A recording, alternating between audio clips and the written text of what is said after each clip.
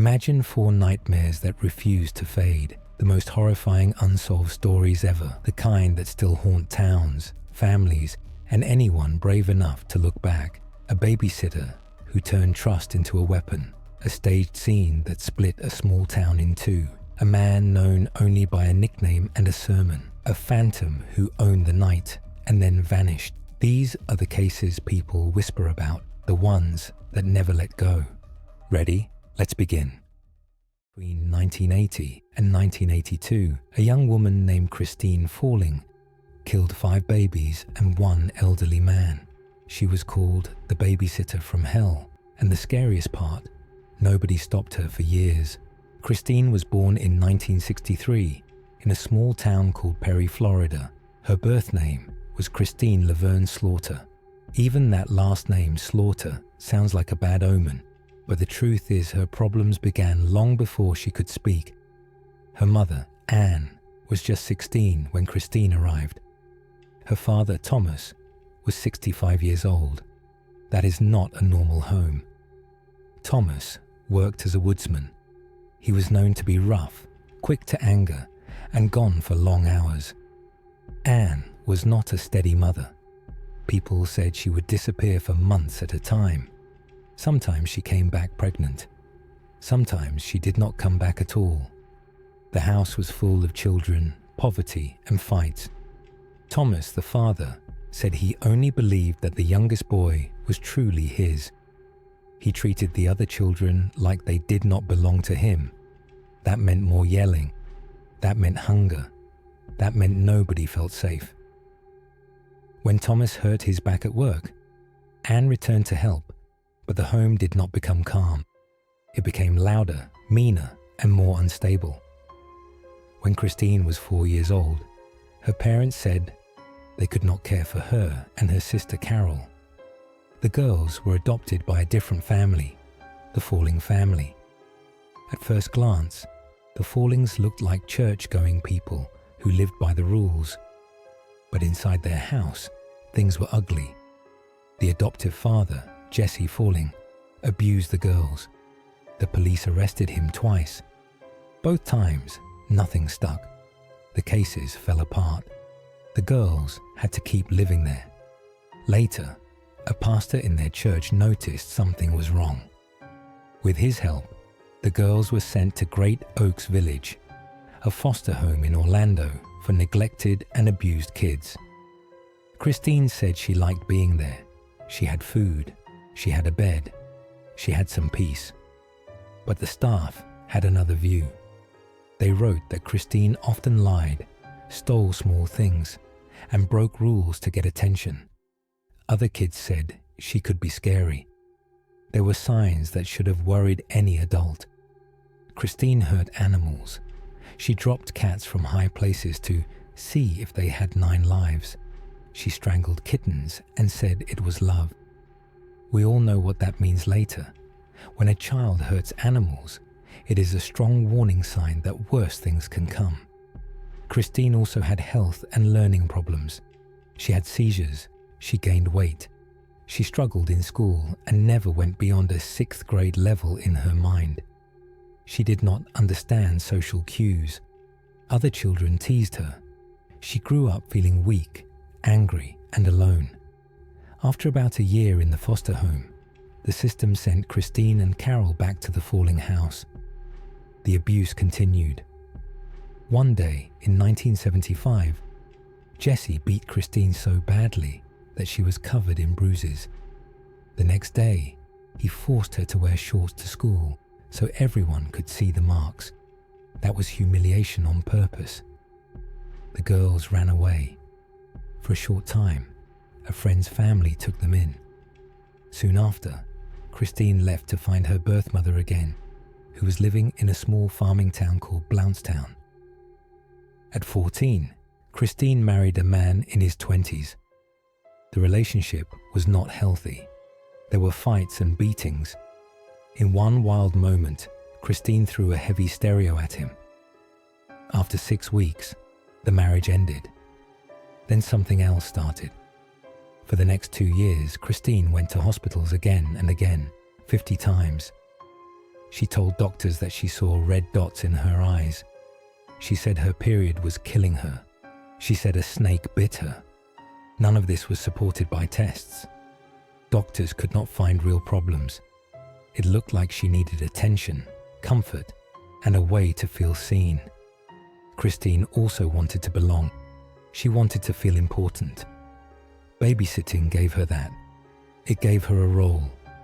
It gave her access to the smallest, most trusting humans on Earth. In early 1980, Christine was 17. She began babysitting for neighbors and family friends. People saw her as a big, helpful teenage girl. She seemed gentle. She seemed available. Parents needed a break. They needed to work. They needed a night out. Christine said yes. And then the pattern began. Case 1. The death of 2-year-old Cassidy Johnson, February 1980. Christine said Cassidy fell out of her crib and went limp. Christine claimed she tried mouth-to-mouth and wrapped the little girl in a blanket before rushing to the hospital. Cassidy died days later. The autopsy said blunt force trauma to the skull. A doctor warned that something did not fit. He wrote a note asking police to look at Christine. That note got lost. The case went nowhere. Case 2. The death of 4-year-old Jeffrey Davis, still February 1980. Only weeks later, Jeffrey stopped breathing while Christine watched him. Paramedics came. They could not save him. The medical examiner listed the cause as myocarditis, a rare heart problem that almost never kills a child. No deeper look, no hard questions. The case closed. Case 3. The death of 2-year-old Joseph Spring, the same month. Jeffrey's parents had to attend their son's funeral. They asked Christine to babysit their nephew Joseph. While the family said goodbye to Jeffrey, Joseph died under Christine's care. Doctors called it a viral infection, another paper death, another burial, another chance lost to stop a killer. Case 4. The near death of 3-year-old Kyle Summerlin, March 1980. Kyle became extremely ill while Christine was watching him. He was rushed to the hospital. Doctors saved him. They called it meningitis. Kyle lived. But again, nobody asked the hard question. Why do these events cluster around one sitter? Over the next year, 2 more children became gravely ill while under Christine's care. Both survived. Even in a small town where gossip spreads fast, nobody made the connection that was screaming in front of them. Part of this was the time. Part of it was trust. Part of it was the need to believe that a friendly teenage girl could not be a monster. Christine moved back to Perry, her hometown. She took a job as a nursing assistant and housekeeper for seniors. The work was simple: clean, cook, be company, and help with small tasks. Her first client was a man named William Swindle. On the very first day, he was found dead on his kitchen floor. Because he was older and had health problems, the authorities called it a heart attack. There was no autopsy. Later, Christine admitted she killed him by squeezing the life out of him. Another life lost, another excuse accepted. Around the same period, Christine was with her half-sister at a supermarket. The sister asked Christine to wait with her 8-month-old daughter, Jennifer, in the car for a few minutes. When the sister returned, Christine was in a panic. Baby Jennifer was not breathing. Doctors guessed SIDS, or a vaccine reaction. Again, the death was logged as natural. Again, there was no real investigation. By now, the line of death behind Christine was long. A toddler, a 4-year-old, another toddler, a near death, 2 more close calls, an older man, an 8-month-old baby. If you put those dots on a map and drew a line, the line would spell one name, Christine, but the system still did not see it. In June 1982, Christine babysat a 10-week-old baby named Travis Coleman. Travis had trouble breathing. He was rushed to the hospital and kept there for a week. He survived and went home on July 1st. The parents still needed help. They called Christine, the same sitter. It is hard to hear that, but remember, they did not know the pattern. They did not have the files. They were tired, stressed, and doing their best. Travis died that day under Christine's care. This time the autopsy was careful. It showed injuries inside his body that matched suffocation. At last, there was a real sign that a crime had happened. Even then, some professionals were slow to accept it. A doctor who had reviewed several of the deaths said she still had no scientific reason to think Christine was a killer. A newspaper wondered about the run of bad luck and asked to interview Christine. This is where the truth finally began to show itself. A local paper, the Tallahassee Democrat, spoke to Christine after Travis died. In that interview, she said, "I've been through 5 little ones. It's enough to scare you." She also said she sometimes blacked out and had seizures, and she even suggested that maybe God wanted her to face these things. These comments shocked people. Police brought Christine in for questioning and sent her for a psychiatric exam. In that setting, Christine talked. She admitted that she had smothered babies with blankets and pillows. She said she heard voices. The voices said, "Kill the baby." She said she felt urges. She said she got angry. She said sometimes she did it for no reason at all. She described Cassidy as rowdy. She said Jeffrey made me mad. She said Joseph was sleeping and she had the urge. She said Jennifer would not stop crying, so she choked her. She said Travis was sleeping and she killed him for no reason. The words were flat, not dramatic, and that made them even more terrifying. Christine was arrested in July 1982. In December 1982, she pled guilty to 3 child murders. The state did not seek the death penalty and dropped other charges. She received 3 life sentences to be served at the same time. Later, she also admitted the killing of William Swindle, the elderly man. She told investigators that her method was simple and quiet. "No one can hear them scream," she said in one account. "Those are words you cannot unhear." Christine went to the Lowell Correctional Institution in Florida. She is still there. In 2017, after serving the time required to ask, she applied for parole. No one came to support her. The board denied her. Another hearing was set years later. Many people believe she should never walk free. In prison, Christine has returned to a familiar pattern. She often goes to the medical unit with vague symptoms.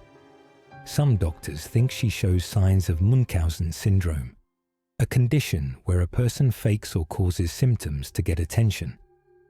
Others mention Munchausen by proxy, where a caregiver harms someone else, often a child, to draw sympathy and validation for themselves. With Christine, the pattern of seeking care without clear cause began in her teens. It never truly stopped. It is painful to ask this, but we have to. How did a teenage babysitter kill again and again without being caught right away? Here are the main reasons. First, trust. People want to trust the person watching their child. Christine did not look like someone who would harm a baby. She was a teenage girl from the area. She seemed calm and helpful. The idea that she was a danger was too ugly to accept. Second, medicine. Doctors faced sudden deaths and odd symptoms. They looked for natural causes: myocarditis, a viral infection, meningitis, SIDS. In most cases, doctors are right to start with natural causes. But in this story, that habit gave a killer cover. One doctor even wrote a note about Christine after the first death. That note got lost. That single failure may have cost lives. Third, information. These deaths happened in different homes, to different families, at different times. Most people saw only one piece of the picture. They did not have a wall with red string tying one sitter to case after case. The police did not connect the dots. The medical examiner did not see a pattern. Neighbors shrugged and said, "Bad luck." Fourth, time and place. This was the early 1980s in small-town Florida. There were fewer systems to share data. There were fewer child death review teams. There were fewer training programs warning about patterns like this. Finally, manipulation. Christine knew how to act concerned. She knew how to do just enough to look caring. She tried mouth to mouth. She called 911. She cried. She wrapped babies in blankets. She played the part. Her long record of hospital visits taught her how to talk to doctors and nurses, how to get sympathy, and how to keep the focus on sickness, not on violence. Behind every case file is a family. Think about the parents of 2-year-old Cassidy. They heard that their baby fell out of a crib. Then a doctor said it was blunt force trauma, but nothing happened. They buried their child. Think about the parents of 4-year-old Jeffrey. They were told his heart failed, a rare condition. They were crushed, but they believed the report. Days later, while they attended his funeral, their nephew Joseph died with the same sitter. One family, 2 funerals, 2 little boys, one quiet killer in the background. Think about the mother who left her 8-month-old daughter Jennifer in a car with Christine for a short errand and came back to a nightmare. Think about the Coleman family who almost lost their baby once, trusted the same sitter because they needed help, and then lost him for good. Grief is not a moment, it is a road. These families had to walk that road with more questions than answers for years. Even when the truth came out, the answers did not heal the hurt. We tell these stories not only to remember victims, but to prevent future victims. Here are simple lessons we can all carry. If you work with children or hire caregivers, check patterns. If sickness or injury keeps happening around one person, stop and look again. Trust your gut. If you are a doctor, nurse, social worker, teacher, or cop, share information. If a child dies unexpectedly, ask about who was present. Look for names that repeat. Do not be afraid to raise your hand and say, "This is not normal." If you are a parent or a relative and something feels off, even if the sitter seems sweet, take a break from that person until you figure it out. You are not being rude. You are protecting a life. And if you struggle with mental health or trauma, ask for help early. Hurt people can heal, but untreated pain can twist a life into something dangerous. Christine's early life was full of abuse and neglect. That is not an excuse for murder. It is a warning to society: protect children and support them, so they do not grow into adults who harm others. Some people will say she was simply evil. Others will say she was sick. The truth is often both. She grew up in a home that taught her pain. She learned to get attention through illness and crisis. She learned that if she cried and talked about symptoms, people would focus on her. Then she found the most powerless victims, children who could not speak, and an elderly man who trusted her, and she used quiet methods like smothering and choking. These methods leave fewer marks. They can look like natural deaths, especially when doctors are searching for medical explanations first. Christine's words about voices and blackouts may be part illness, part excuse, or both. Professionals disagreed then, and they still might disagree now. But there is no disagreement about the facts. Babies died. An old man died. And the one person who was always there was the sitter. You might think this is old news from a small town long ago, but the risks are not old. They are here. Caregivers still get trusted without checks. Notes still get lost. Busy people still accept the easiest answer. Systems still fail. When we share this story, we put a light on those cracks so fewer people fall through them. It is also important to remember that most babysitters and caregivers are good people who work hard. The goal is not fear of every sitter. The goal is awareness. Know the signs, watch the patterns, protect the ones who cannot protect themselves. What image stays with you after hearing this? Maybe it is the lost doctor's note, the one that could have changed everything. Maybe it is a small funeral while another child dies the same day. Maybe it is a mother coming out of a store to find her baby gone in a car seat. Or maybe it is the simple, awful line from Christine herself. No one can hear them scream. For me, the strongest image is trust being used as a weapon. That is the core of this story. Trust opened doors. Trust put babies into the hands of a person who did not deserve them. Trust was betrayed again and again. And because that betrayal looked like bad luck, it hid in plain sight. Now I want to hear from you. Do you think Christine falling was driven by mental illness? Or do you think she chose evil again and again? Could both be true at the same time? Tell me your thoughts in the comments.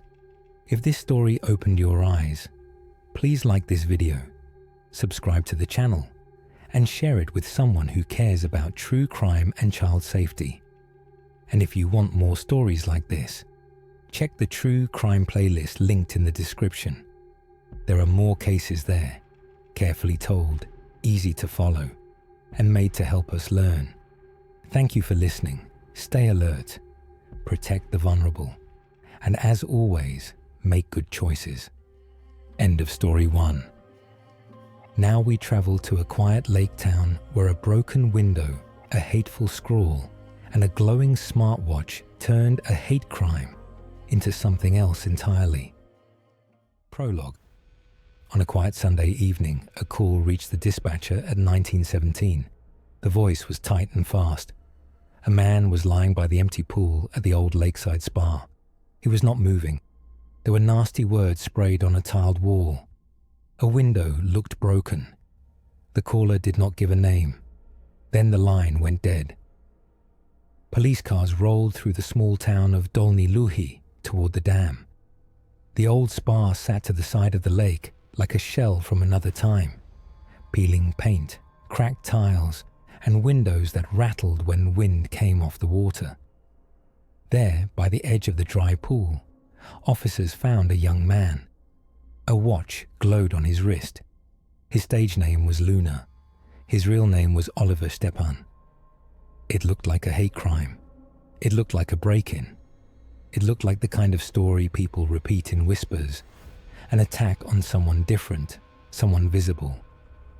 But looks are part of the trick. In the days that followed, the picture changed, piece by piece, like tiles placed back into a broken mosaic. This is the story of Oliver, of a hidden love, of a marriage that was breaking, and of a choice that could have gone another way. The town that loves quiet. Dolní Luhy is set between a slow bend of water and thin pine woods. People here like predictable things. They cut their grass on Saturdays. They greet each other by name. They keep their own worries out of the street. If a house is messy, the curtains hide it. If a heart is messy, a smile hides it. The old spa closed years ago. Teenagers still go there to take photos, drink, and play with echoes. In the late light, the place is blue and grey and hollow. It is not a place where a good ending happens. Who was Oliver Luna Stepan? Oliver was 27. He worked nights at a small bar called the Kotva, 2 streets from the lake. He also performed as a drag artist under the name Luna.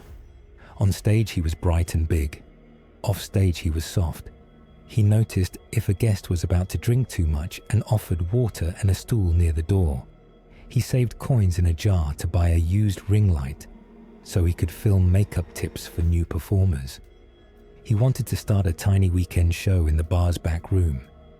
He told friends there should be more space for breath in this town.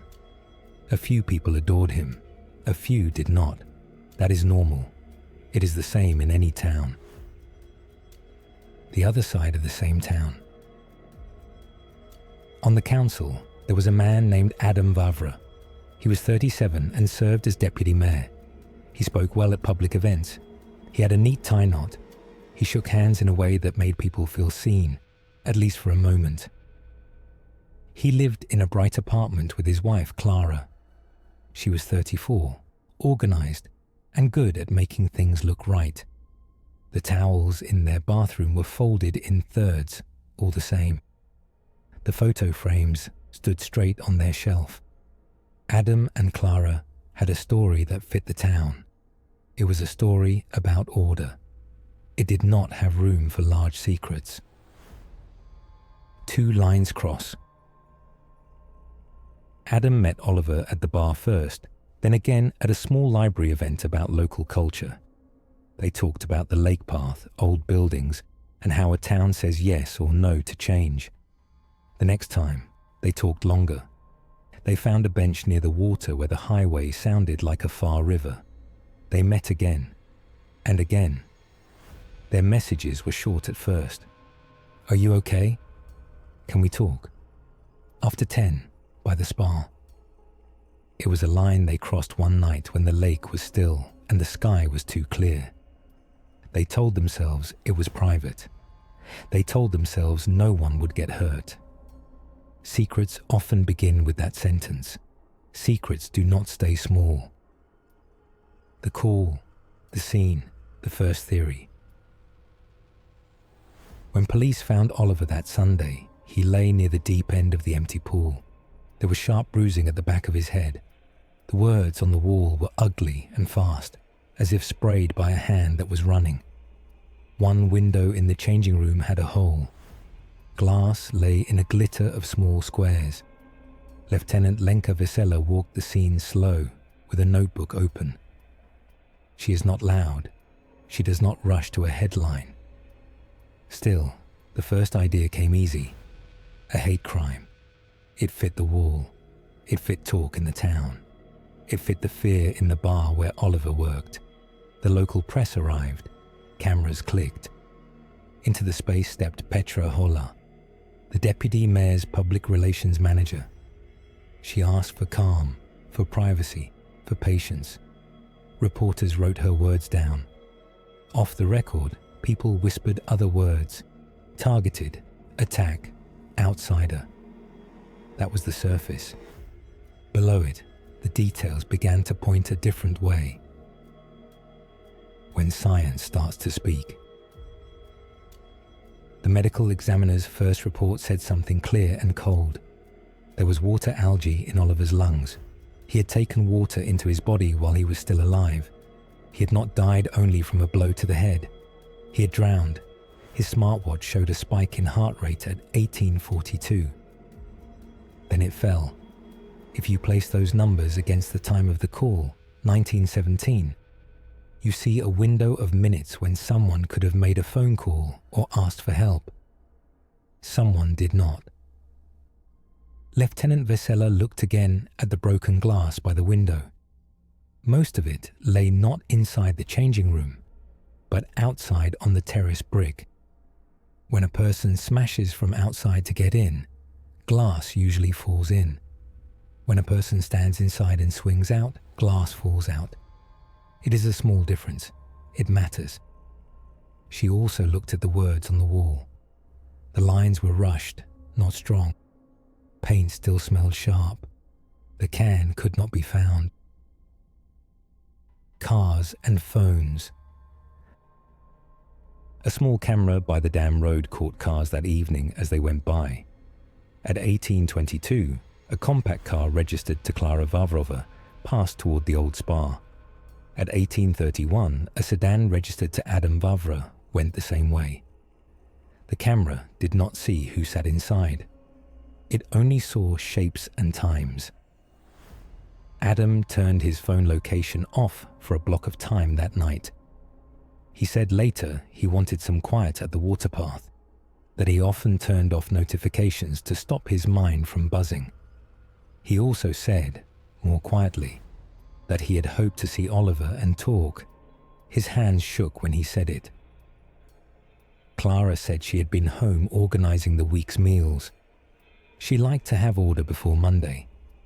She did not explain the camera. She said maybe someone had borrowed her car. Then she said she could not remember if she went for milk. The words felt thin. At Petra's office, police found a red spray can of the same brand. The lab later matched to paint flakes from the spa wall. Petra said she had used it to refresh a campaign sign that kept getting faded by the sun. The can was not empty. The label said a shade similar to the wall words. It looked like a strong lead. It was a trap for the mind, a simple trick that points the wrong way. The bar and the mug. In the back room of the Kotva, behind a curtain where Oliver kept a few items for Luna, glitter, brushes, false lashes, there was a shelf with old mugs. The bartender, a man named Honza, remembered something.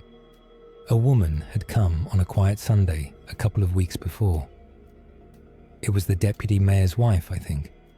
Polite, direct. She asked to talk to Oliver in the back, where it was private, he said. She sat. She had tea. She left in a hurry. She left the mug. The mug sat there still, with a ring of dust on its rim like a faint grey halo. On the handle, a clean print remained. Later, the lab matched it to Klara. When asked again, Klara said she might have dropped in to talk about renting the bar's back room for a small charity event. She could not recall details. Her cheeks went pale and stayed that way. A marriage underweight. When I sat with Adam in a simple office chair, no camera, only a recorder on the table, he spoke about two kinds of love. One was the life he had built with his wife. It was a set of routines and hopes about the future, about safety and respect and the brave face they put to the town. The other was the sudden feeling that he was more himself near Oliver, that the sun felt warmer after seeing him at the bar, that each goodbye at the lake made him feel a little more empty. I told myself I could carry both, he said. I told myself no one would be hurt. He paused. I was wrong. He did not know that his wife already felt the shift in his attention. She noticed his new habit of staying on the phone late in the bathroom. She noticed the new cologne at the back of his drawer. She noticed half sentences and answers that sounded like often practiced lines. It is easy to think that a secret is inside a box. It is not. It leaks. It seeps under the door. The night at the spa. Reconstruction.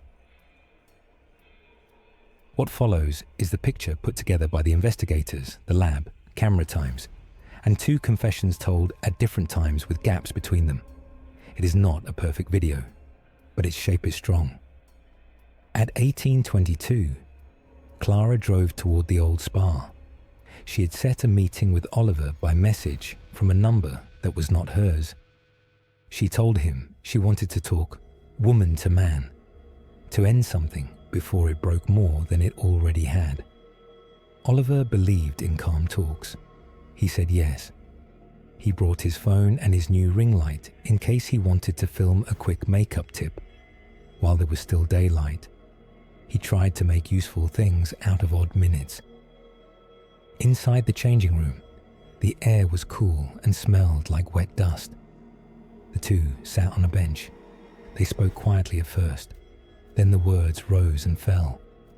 Klara reached for Oliver's phone when he said He did not have to show her private messages with Adam. She grabbed. He held the phone back. He stepped away. He caught his heel on a broken tile near the pool edge. He fell backward and struck the back of his head on the hard line of a step. He did not die from the blow. He was dazed. His body tried to breathe. He was at the pool's lip. There was old rainwater gathered in the deep end. It was not a full pool. It was enough water to drown in if you were weak and alone. Panic fills a room in a second. It makes a loud, wrong kind of logic. In that logic, Clara did two things. She tried to shape the scene into the story she thought the world would expect, an attack by strangers. She sprayed bad words on the wall with a can she had in the car from a sign job she had actually done weeks earlier. She swung a heavy tool at the window from inside, breaking out, not in, so the glass fell in the wrong direction. She did not know to think about where glass goes. She was not a criminal. She was a person in free fall. Then she did a third thing that had nothing to do with logic. She pushed Oliver's shoulder, and his body slid, and his face went toward the water in the deep end. The watch on his wrist recorded a fight inside his chest, a spike at 1842, then the fall. She took his phone and the ring light, perhaps to slow the story down, perhaps to kill the light in the room literally and in another way too. She wrapped the phone in a cloth at home later. The cloth still smelled like the lemon cleaner she liked. That smell would stay in the cotton like a quiet witness. She drove away. 9 minutes after the camera caught her car, it saw Adam's sedan pass at 1831. What Adam saw. Adam told investigators that when he arrived, he called out and heard nothing but the hollow echo of his own voice. He found Oliver at the deep end. He touched his shoulder. He saw the sprayed wall. He saw the broken glass. He also saw what panic had done. He understood it too quickly. He sat down on the tile. He pressed his hands to his eyes. He could have called then. He could have told the truth then. He did not. He stepped into the worst kind of loyalty, the kind that saves a person for 1 hour and ruins many lives for many years. When he returned home later, he held his wife while she shook. Her silk scarf shed small fibers on his suit jacket. The fibers stayed there. A lab would find them. Searches, drawers, and a ring of light. 3 days after the call, police obtained a warrant for the Vavra home. They came in the morning, like a hard winter. Clara stood in the doorway, arms folded. Adam sat at the kitchen table with his shoulders curved forward, as if sheltering a small flame. In the living room closet, behind a box as neat as a Christmas card, officers found a ring light. In a bedroom drawer, under clean dish towels, they found a phone wrapped in a white cloth that smelled like lemon. On a high shelf behind folded sweaters, they found a can of red spray paint, the same brand and shade as the flakes at the spa. There are mistakes you make because you are a criminal. There are mistakes you make because you are not a criminal and have never had to think like one. These were the second kind. At the station, Lieutenant Vesela laid the items out one by one. She did not shout. She did not push. She waited. Clara asked for a lawyer, then sat quiet for a long time, then began to talk in a low voice. She said she wanted the story to stop. She said she wanted her life to go back to what it had been. She said she reached for the phone, pushed, and everything went wrong. She said she sprayed the wall because she thought that was how the story would be seen anyway. She said she broke the window because she thought that was what a break-in looked like. She said she put the phone away because she did not want anyone to see messages that would hurt her more. She said this last part with a kind of honesty that was probably the first real honesty in the whole chain of days. Petra and the red herring People in town wanted to blame someone who was not in their living rooms and kitchens. PR manager Petra Hola became a target for part of a day. The spray can in her office was a detail that looked too good. But when a suspect is handy, investigators must be more careful, not less. Petra's can did not match the lab's tiny chips found in grout at the spa. Her alibi put her at a volunteer event until sunset. Her phone was a map of messages and photos at that time. The can in the Vavra closet told the actual pain story. Sometimes an early lead is not a lead at all. It is only a mirror showing us what we expect to see. The courtroom, the words, the weight. The charges were not simple. The prosecutor could have said murder with cold intent. He did not. He looked at the line between a planned kill and a panic that became a covering lie. He looked at the watch time, the blow to the head, the algae in the lungs, the staged wall, the broken window, the late choices.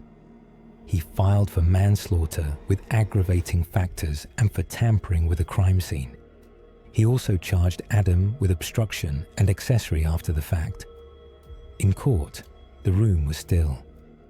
The story was told again, but slower and with numbers and photos. A lab expert explained why glass falls the way it does.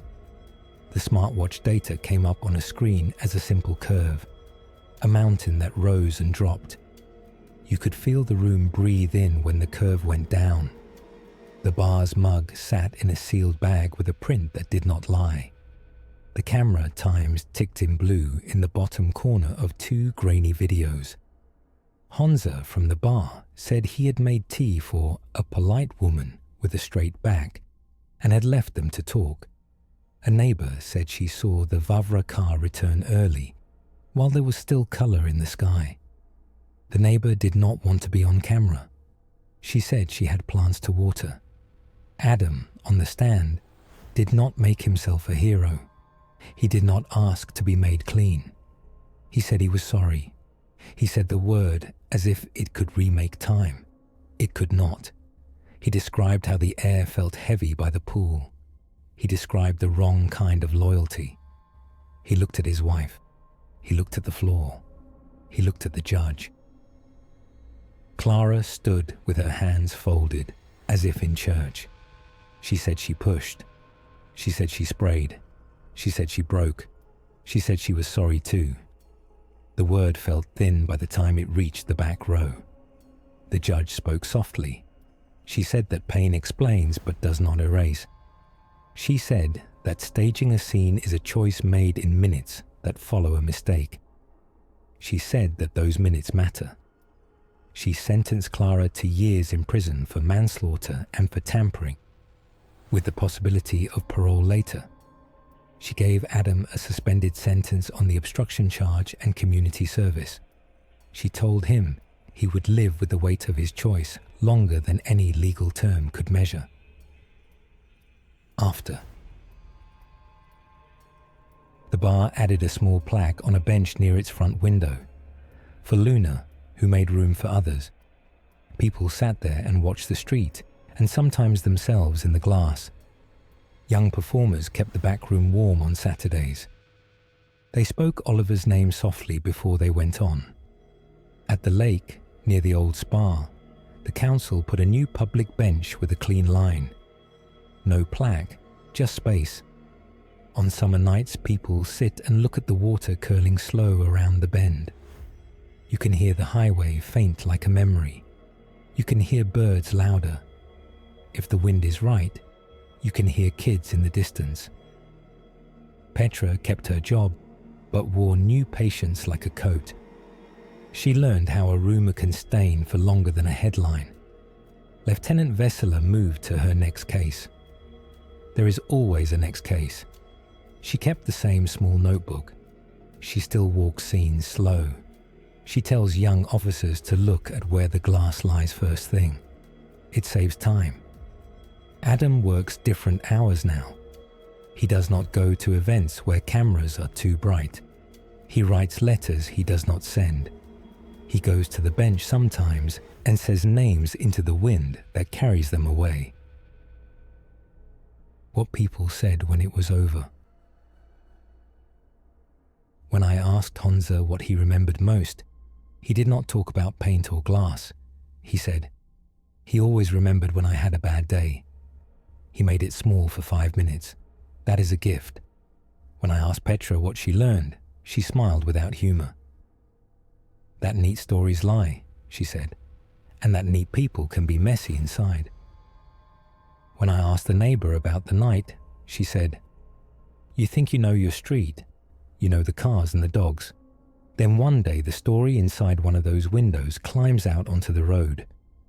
When I asked Lieutenant Vesela about the case, she said, a stage scene is like bad grammar. The first reading sounds okay.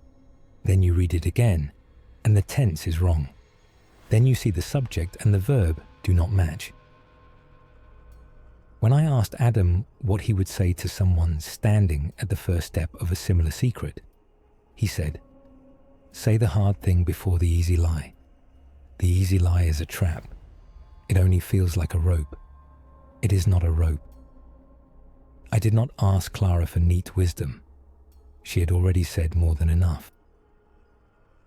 The lesson that is not neat.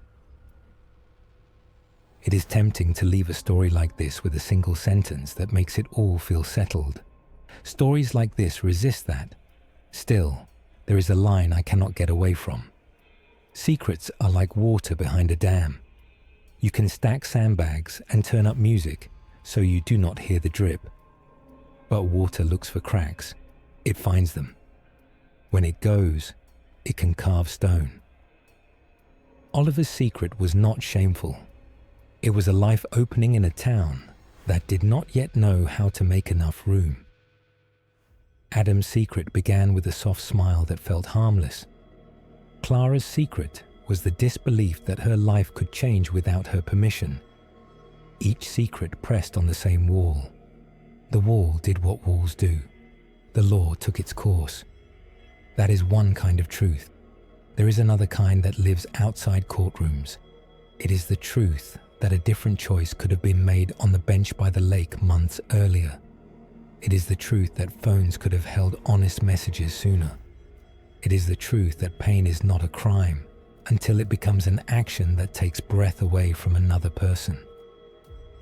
If you want a neat end, look at the bench by the water. People sit there. They hold paper cups of tea from the bar. They talk about small things at first.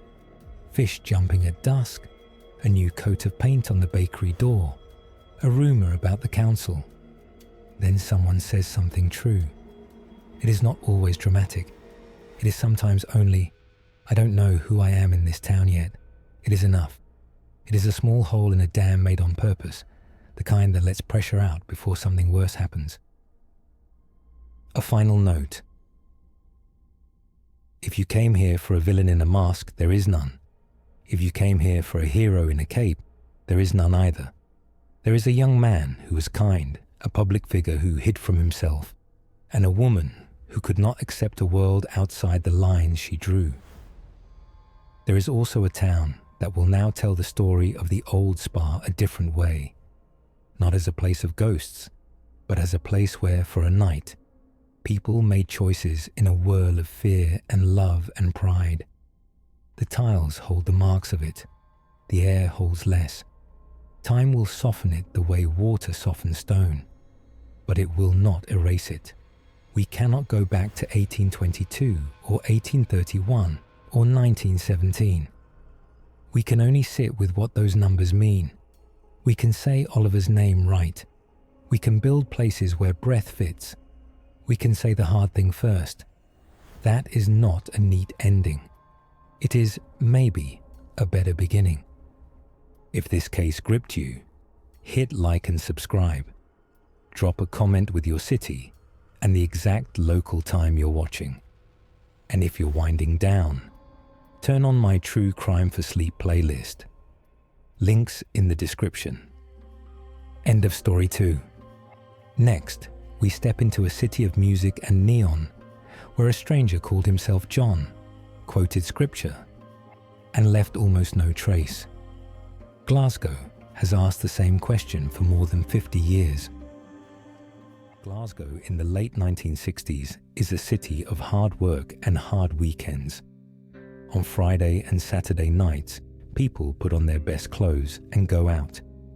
The Barrowland Ballroom, near the famous Barras Market, is the center of this scene. The sign outside glows.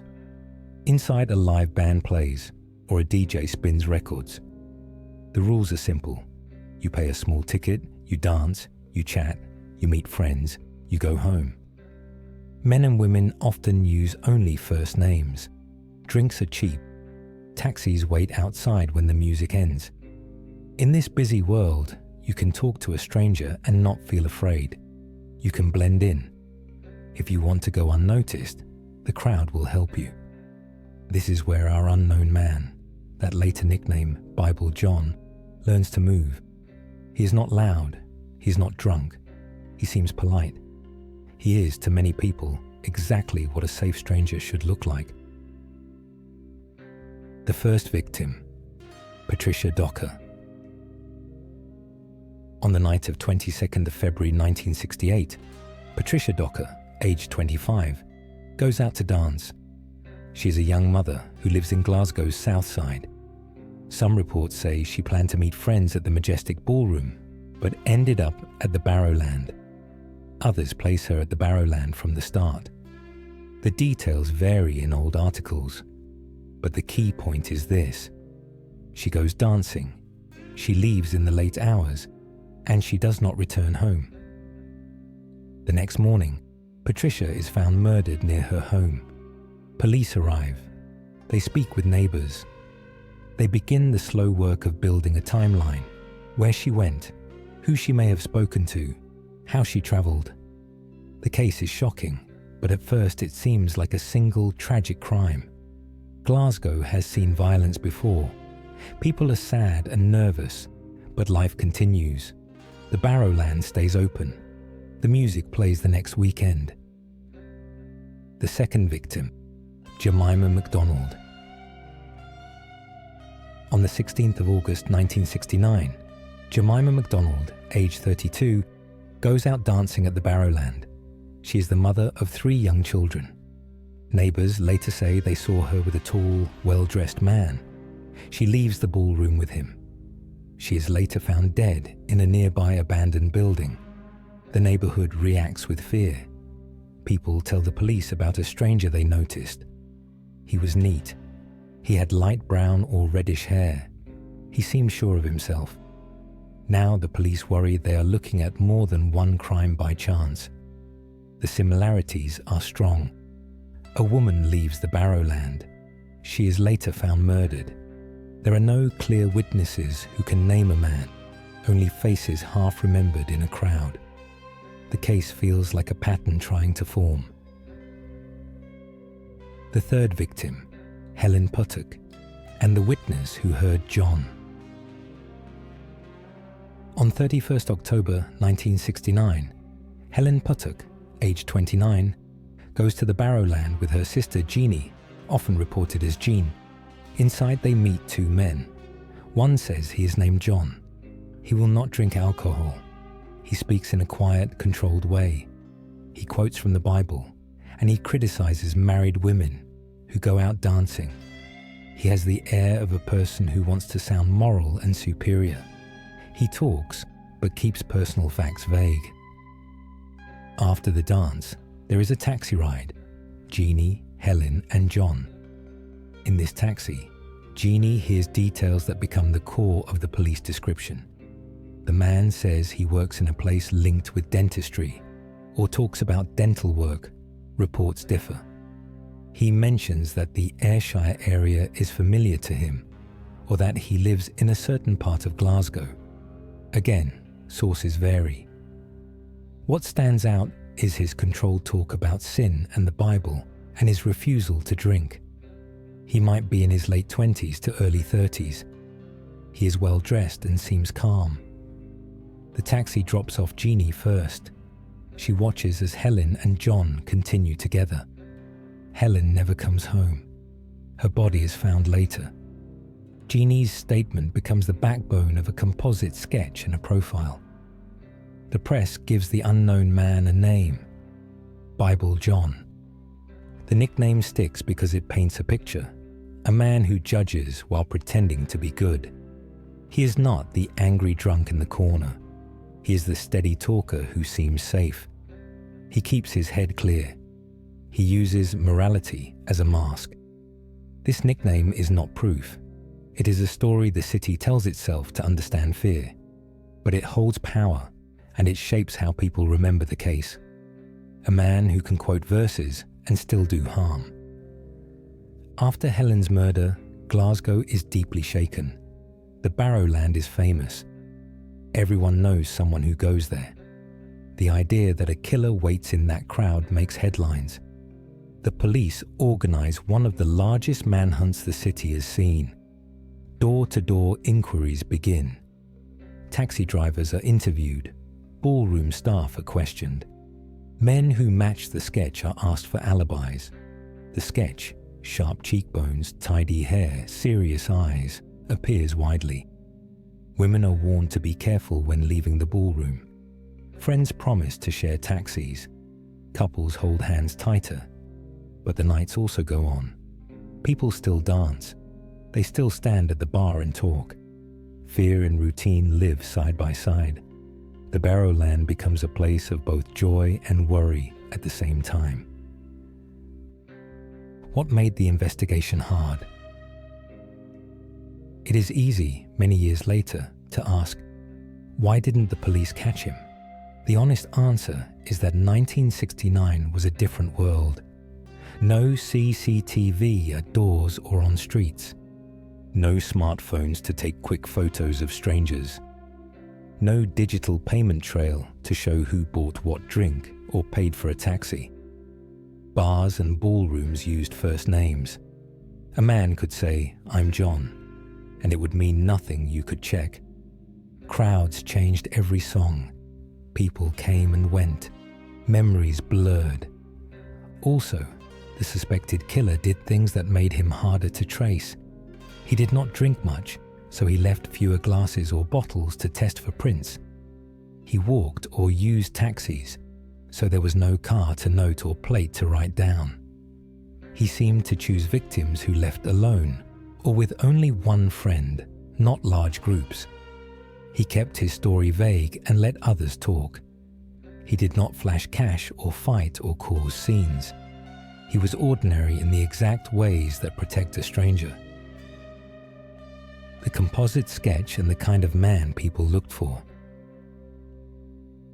Based on Jeannie's description, the sketch showed a slim to medium build, fair to reddish hair, tidy suit, smart shoes, and a soft Glasgow accent.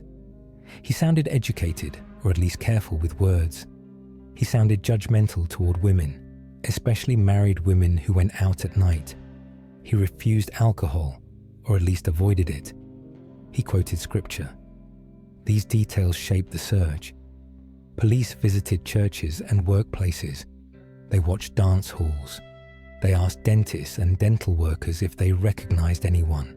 They looked for men who suddenly cut their hair, changed jobs, or moved. They looked for scratches on faces or hands in the days after a murder, signs of a struggle. Tips came in by the hundreds. None ended with an arrest. The victims at the center. In many true crime stories, the criminal's name becomes bigger than the victims' names. Let's center the women for a moment. Patricia Docker was a young mother, 25, who enjoyed dancing like many in her generation. Jemima MacDonald was 32, also a mother, known as friendly and fun. Helen Puttock was 29, married, close with her sister. They were daughters, sisters, mothers, and friends. Their deaths hit neighborhoods hard. Families waited for phone calls that did not come. Children had questions adults could not answer. The pain did not end when the headlines faded. It simply moved into everyday life. Birthdays without a mother, holidays without a sister, quiet moments at a kitchen table where no one speaks for a while, because there is nothing good to say. Theories that rose and fell. When a case stays open for decades, theories multiply. Some are careful and based on facts. Others are rumors that travel through time. We will mention a few of the more discussed theories, but we will be honest about what is not proven. The dental connection. Jeannie's taxi memory includes a detail about dental talk. Maybe a dental worker, maybe someone who used dental terms, or someone who said he worked near a dental place.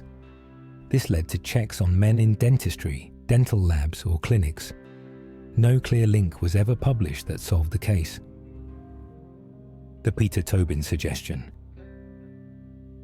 In later years, some investigators and journalists looked at Peter Tobin, a convicted Scottish serial killer active in other decades. They noted similarities: age that would fit, time spent in Glasgow, ability to act calm and controlled, attacks on women. They also noted differences: method, timeline, and the specific moral talk linked to Bible John. To this day, there is no definitive proof that Tobin was Bible John. Some believe it strongly. Others say the cases do not match. The important part: no court has decided this, and the official Bible John murders remain unsolved. The two Johns idea.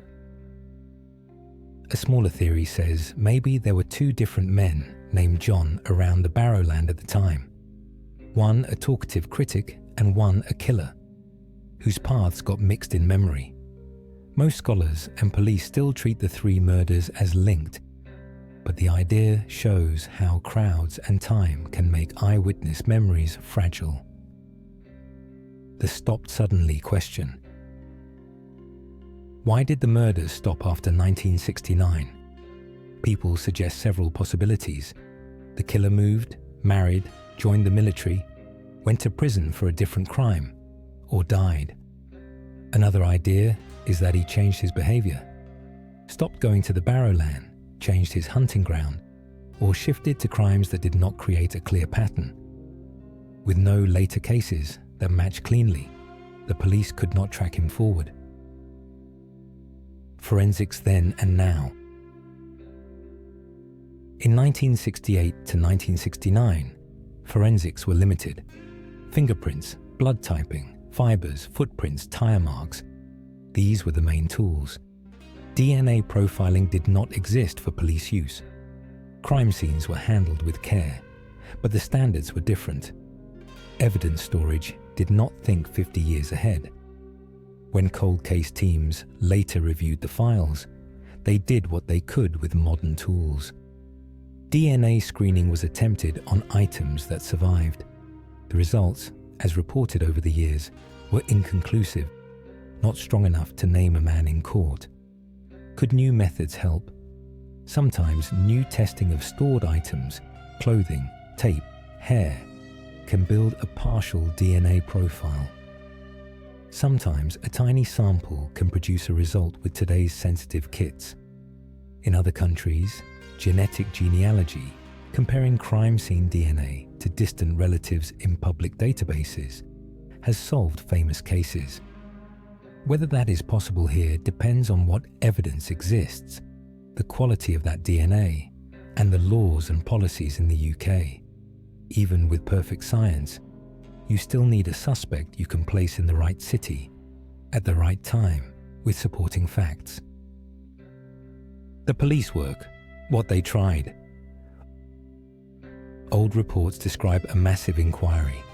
Police built timelines for each victim, routes home, last sightings, clothing, how they paid for drinks or taxis. They interviewed ballroom staff for repeat visitors who matched the look. They took statements from taxi drivers who worked the area late at night.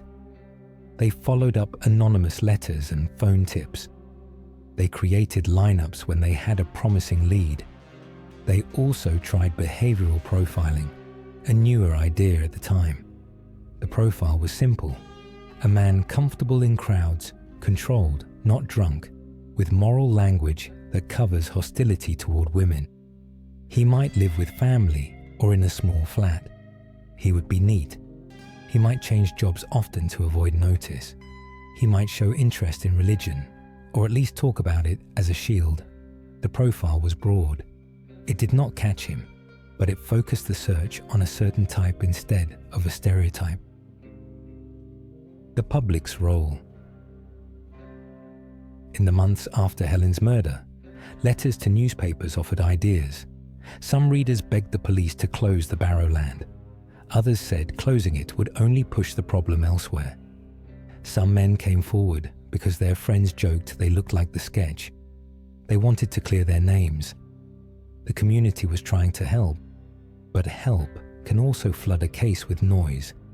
Too many stories, not enough facts. Detectives had to separate solid leads from fear-driven guesses. Myths that grew. Time grows myths. Here are a few that often appear in casual talk and need care. Myth. Everyone agrees Bible John was Peter Tobin. Reality. Many experts do not agree. Some point to overlaps, others to differences. There is no official confirmation. Myth.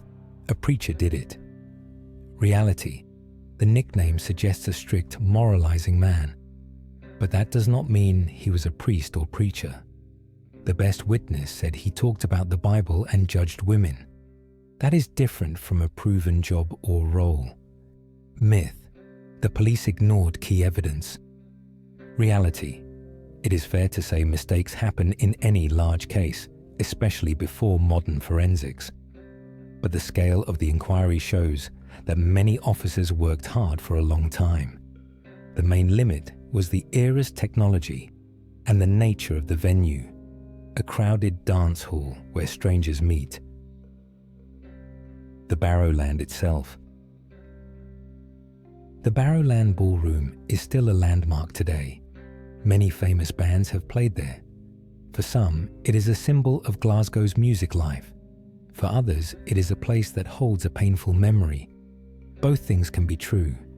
A building can keep joy and sorrow in the same walls.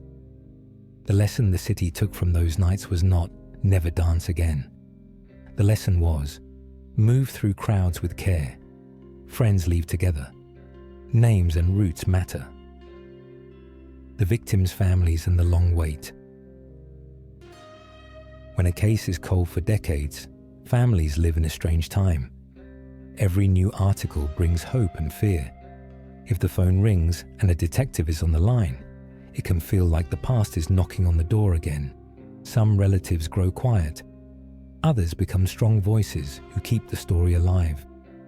Both reactions are human. There is no right way to carry this kind of weight. What we really know, as simply as possible. Let's put the core facts in clear lines. In 1968 to 1969, 3 women, Patricia Docker, Jemima MacDonald, and Helen Puttock, were murdered after nights linked to the Barrowland Ballroom in Glasgow.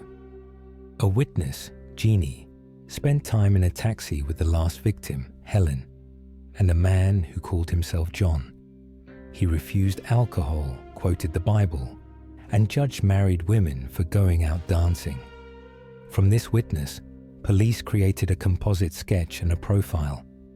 A well-dressed man, late 20s to early 30s, light brown or reddish hair, calm, controlled, soft Glasgow accent.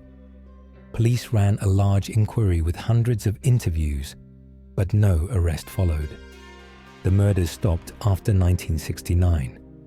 The case became one of Scotland's most famous unsolved mysteries. Later forensics, including DNA tests, have not produced a definitive name. Theories exist. One of the most public names is Peter Tobin, but none is proven. The official case remains unsolved. Everything else is interpretation, memory, and theory. How a case like this could break in the future. Hope is not foolish here. Cold cases do get solved. Here is how it might happen. Retesting evidence with improved DNA methods pulls a partial profile that is good enough to rule suspects in or out.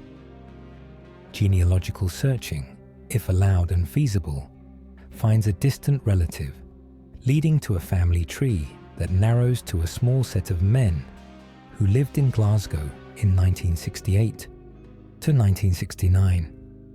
A new witness or an old letter surfaces, something stored in a loft or a desk that includes a name, an address, a detail the police can check. A person connected to a suspect finally speaks, perhaps after a funeral, perhaps after reading a new article. A confession in private papers is discovered, supported by details only the killer would know. These are not promises. They are paths that other cases have followed. Sometimes it takes one small fact to turn a wall into a door. Lessons without fear. True crime can easily slide into fear or entertainment. This story offers careful lessons instead. Go out together, leave together. Crowds can hide danger and also protect against it. If friends stay close, use names that can be checked. Tell someone where you are going and with whom. Trust your sense. If a stranger's moral talk feels controlling, that is a sign. Kindness does not need a sermon. Communities matter. When people look out for each other, door staff, taxi drivers, friends, the space becomes safer.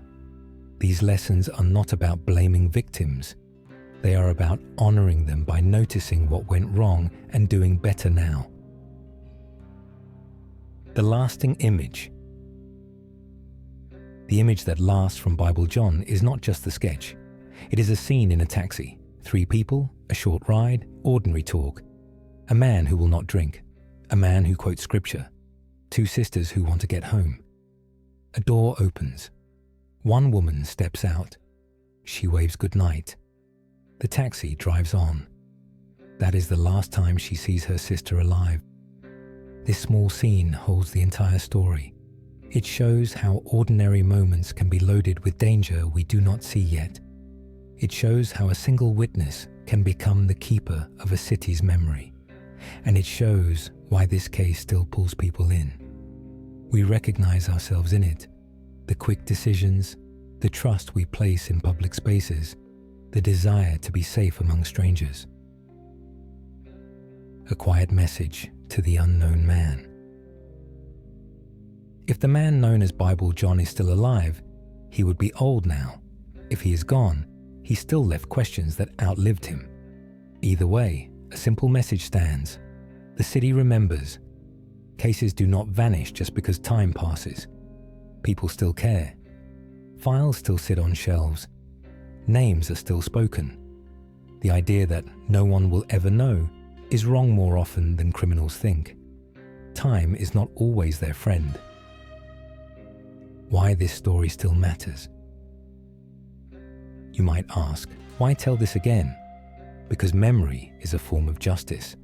Because the victims deserve to be more than a line in an index. Because young people in Glasgow today should know why their parents and grandparents talked about the Barrowland in a certain tone. Because cold cases can and do warm up with patience and new tools. And because telling the story carefully, with empathy and facts, keeps the door open for the truth to walk in. Closing reflection. The Barrowland's lights still glow. Crowds still gather for music. That is a good thing.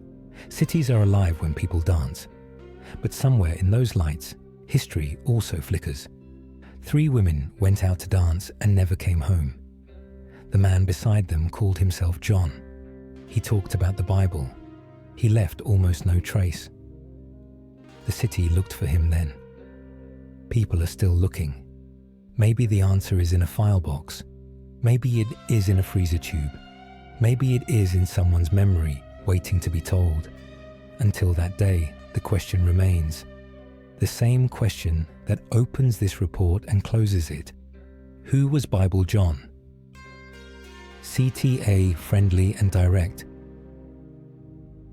If this story kept you listening, please like the video and subscribe for more calm, careful true crime. Tell us in the comments, which clue feels most important to you? The taxi ride details, the no alcohol, or the Bible talk? And why? And if you want more slow, detailed cases to drift off to, check the True Crime for Sleep playlist. There's a link in the description and on the end screen. End of story 3. Finally, a border town split by a state line, and a season of night attacks that forced 2 states to hunt together. He stepped from the shadows with a light and a gun, and then he was gone. This is a story about a small American city in the spring of 1946, right after World War II. People want normal life again. They want dances, milkshakes, movies, and late drives under the moon. Instead, Texarkana gets a mystery that still has no ending. Police chase him. Reporters chase him. The whole town changes its routine. And after one short season, the attacks stop as suddenly as they began. We will tell the story simply and carefully. What happened, in what order, what the police tried, who was suspected, and why the case is still open in people's minds. We will keep the victims at the center. We will not glamorize the attacker. We will talk about fear, but not feed it. Texarkana sits on the border of Texas and Arkansas. There is a state line down the middle of town. You can stand with 1 foot in Texas and 1 foot in Arkansas. In 1946, that line matters to the investigation because there are different police and different courts. But to everyday people, it feels like one city with the same shops, the same schools, and the same quiet back roads. After the war, soldiers come home. Factories change back to civilian work. Dance halls are busy. On Friday nights, young couples drive out beyond the streetlights to talk, to listen to the radio, to be alone for a while. These places have simple names: lovers' lanes, farm roads, dead ends near fields.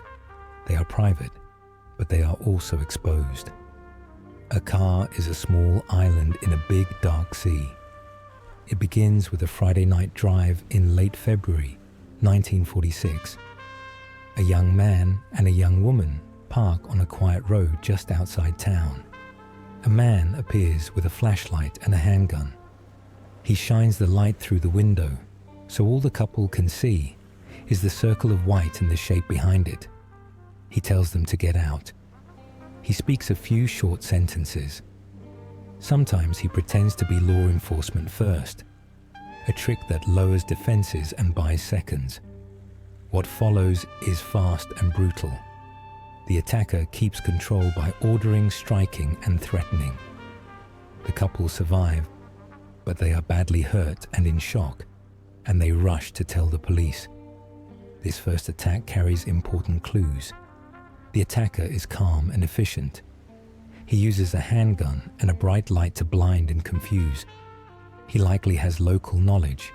He knows where cars go to be alone. And he disappears on foot into the fields and tree lines nearby. The police take statements. They look for footprints and tire marks. They call other departments. They watch the back roads more closely. But the city is still young and hopeful. Many think it might be a one-time event, a terrible crime by a stranger passing through. Weeks later, they learn that is not true. In late March 1946, it happens again. A couple does not come home. A dark lane, a parked car, 2 young people who never planned to be part of a legend. The scene is found in the early hours. The car is still there. The bodies are there too. The attacker is gone. Now the city understands this is not random. Someone is hunting couples in cars.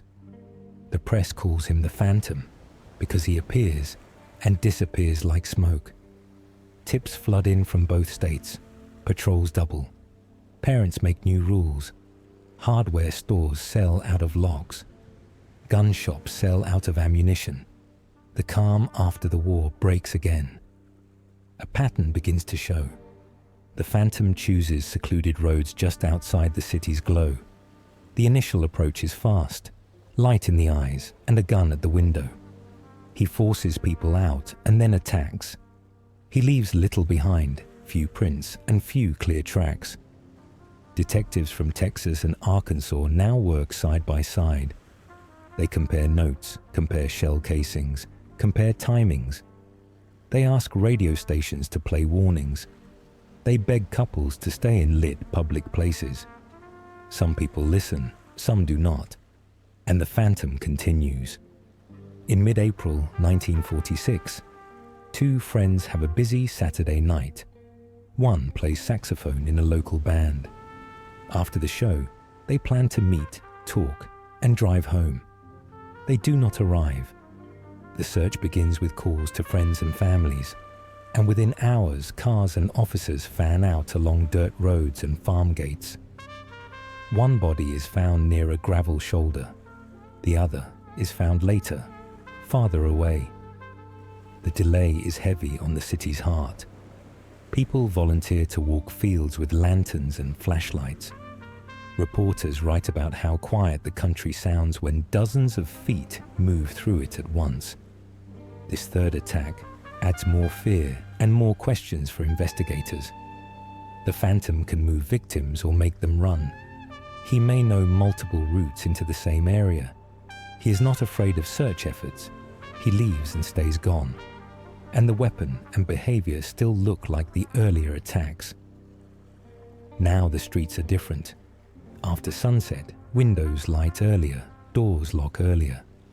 Police set up roadblocks, stop cars leaving back roads, and shine lights into back seats. Some nights officers pose as couples, using decoy cars in risky places. They wait for long, cold hours. Nothing happens in front of them. As soon as they leave, people say they saw a figure down the way.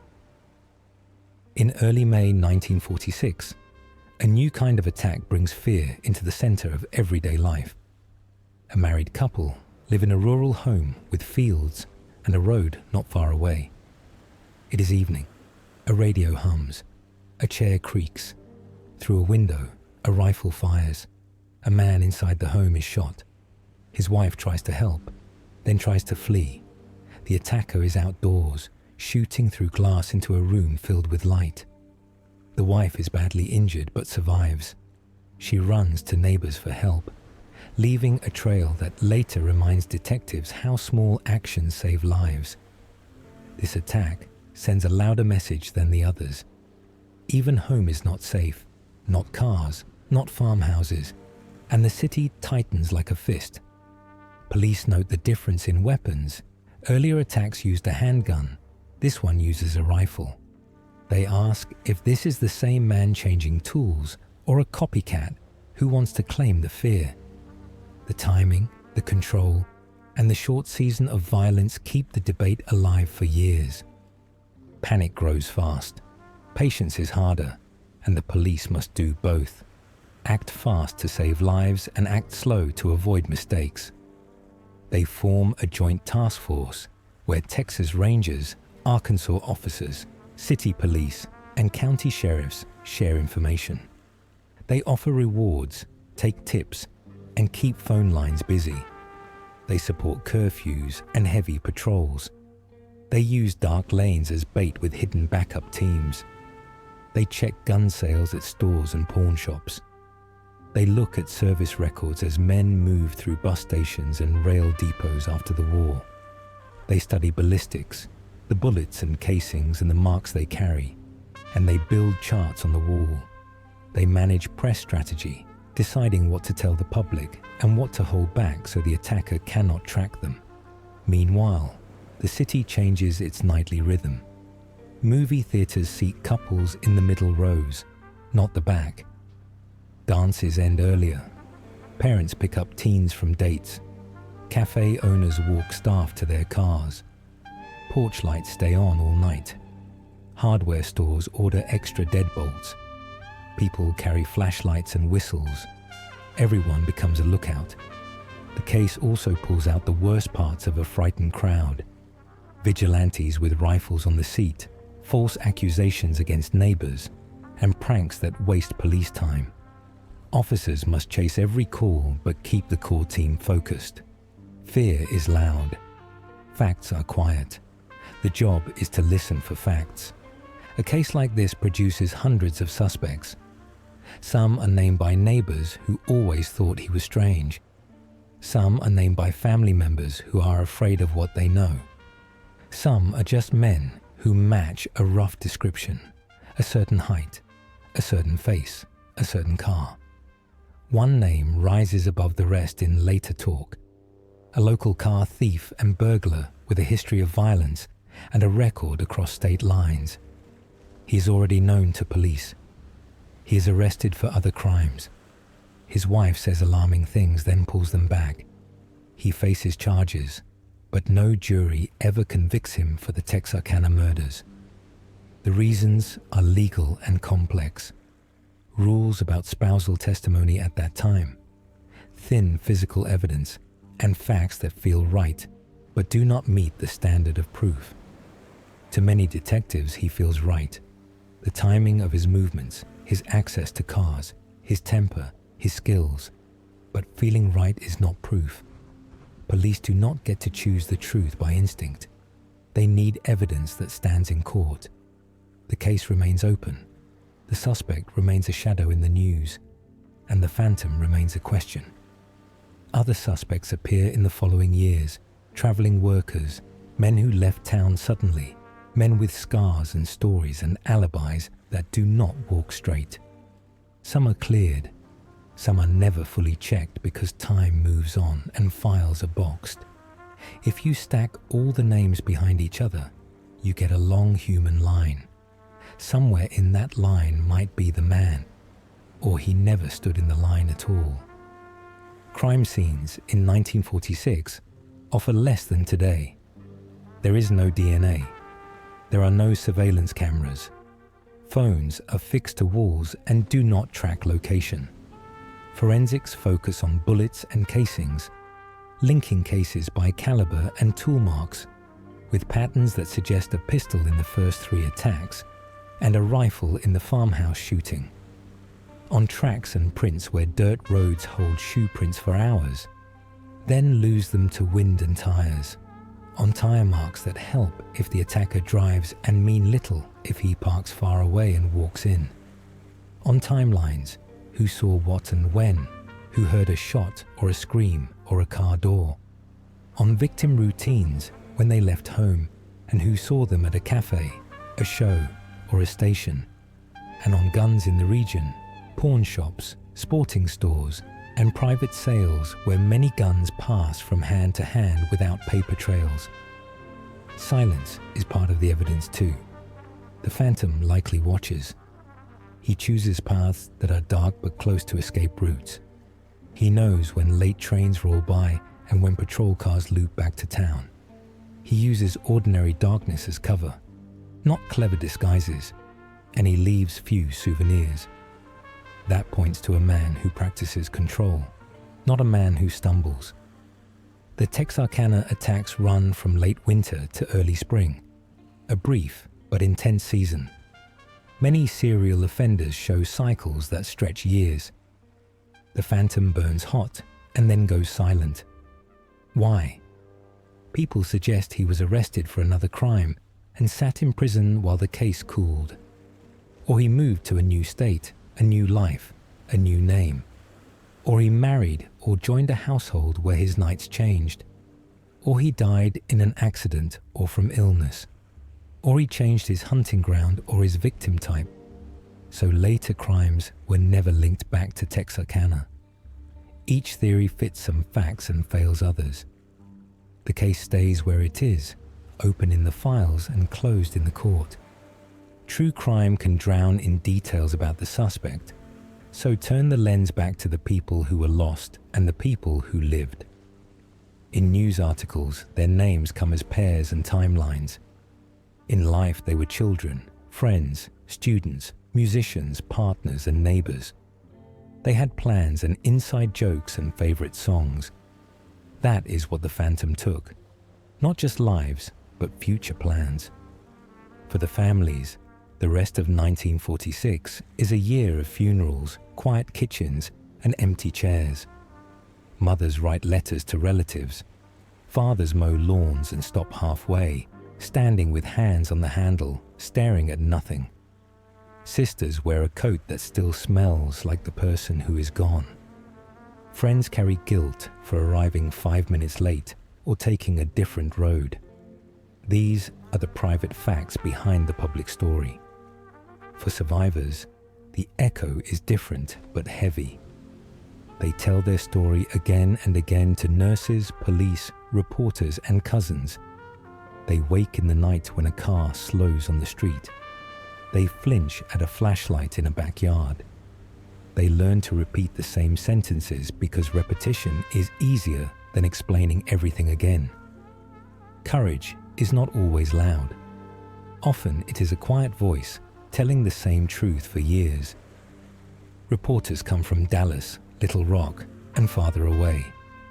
The case has a frame newspapers like, a name, The Phantom, a place, Texarkana, a mood, moonlit roads, and a clock that seems to tick between weekends. The attention helps and hurts. It helps because the whole region watches, tips arrive, strangers check their memories, someone notices a neighbor who changed cars. It hurts because noise builds, prank calls, false confessions, copycat threats, rumor storms. Police manage this with briefings, careful releases, corrections, and requests that the press hold back details only the real attacker would know. It is a dance between openness and strategy. In 1946, that balance is hard. It is still hard today. Some cases fade when solved. This one stays sharp because it is unsolved and cleanly shaped. A short time frame, a distinct victim type at first, couples in cars, then a shocking variation at a farmhouse, a strong setting, a border city where two states must work together, a single season of fear that changes how people live, and a main suspect who felt right to some, but never met the standard of proof. It also endures because it teaches lessons without leaning on gore. Couples learn to stay where there was light and people. Patrols learn to use decoys with better support. Investigators learn to coordinate across jurisdictions faster and share files better. And Americans learned a painful truth that repeats across decades. Quiet places are safe until someone decides to use their quiet as a weapon. Imagine one of the nights using what survivors and investigators said. The road is hard-packed dirt with a few ruts. Trees and brush make a dark edge on both sides. The couple parks with the headlights off, the motor stops, and the tick of cooling metal is loud in the new silence. Somewhere in the brush, a man watches until the couple settles. He may listen for a train or a patrol car. He steps out with a flashlight already in his hand and a handgun ready. He aims the light at faces. People naturally look into light, and while they blink, he gives short orders.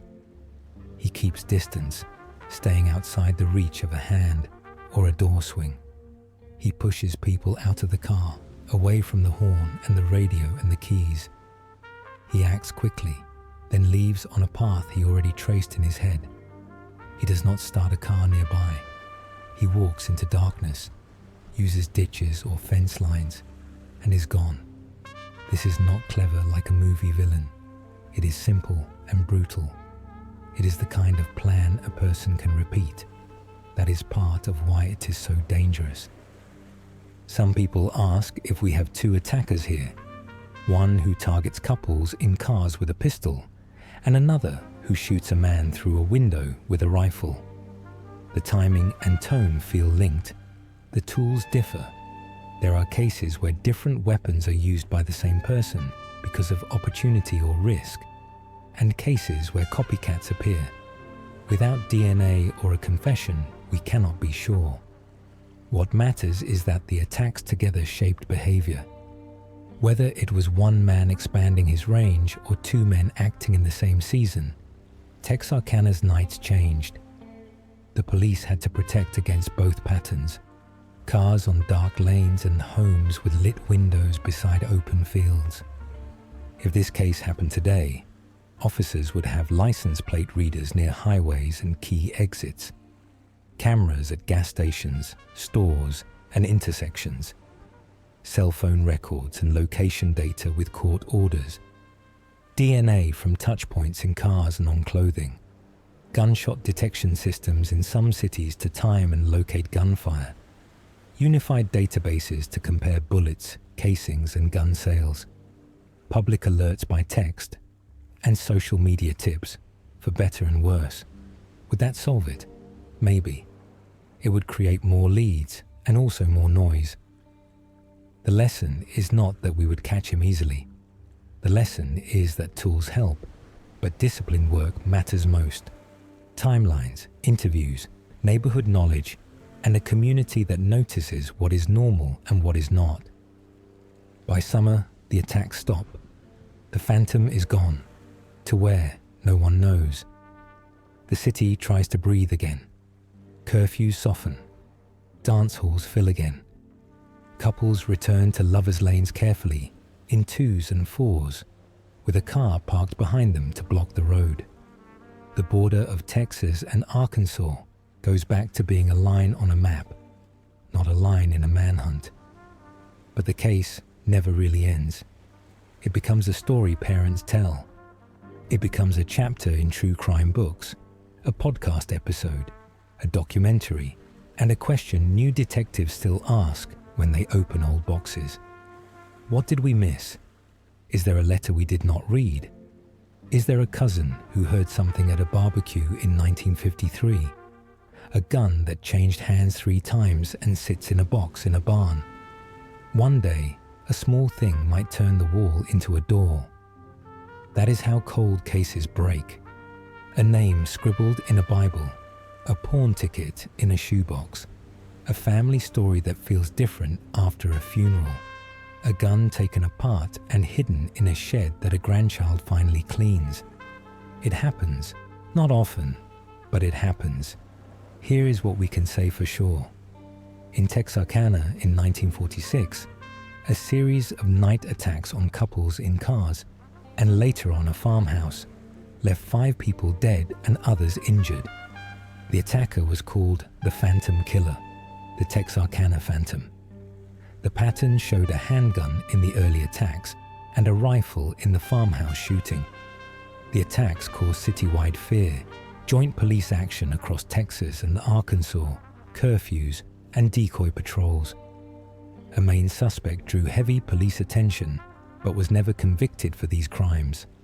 The case remains unsolved. Everything beyond those lines is interpretation, theory, or memory. If this kept you listening, please like the video and subscribe. It helps us make more calm, careful cases. Tell us in the comments, which part of the investigation feels most important to you? The decoy patrols, the joint work across 2 states, or the witness timelines? And do you think the farmhouse attack was the same man or a copycat? For more slow, detailed stories to unwind with, check the True Crime for Sleep playlist.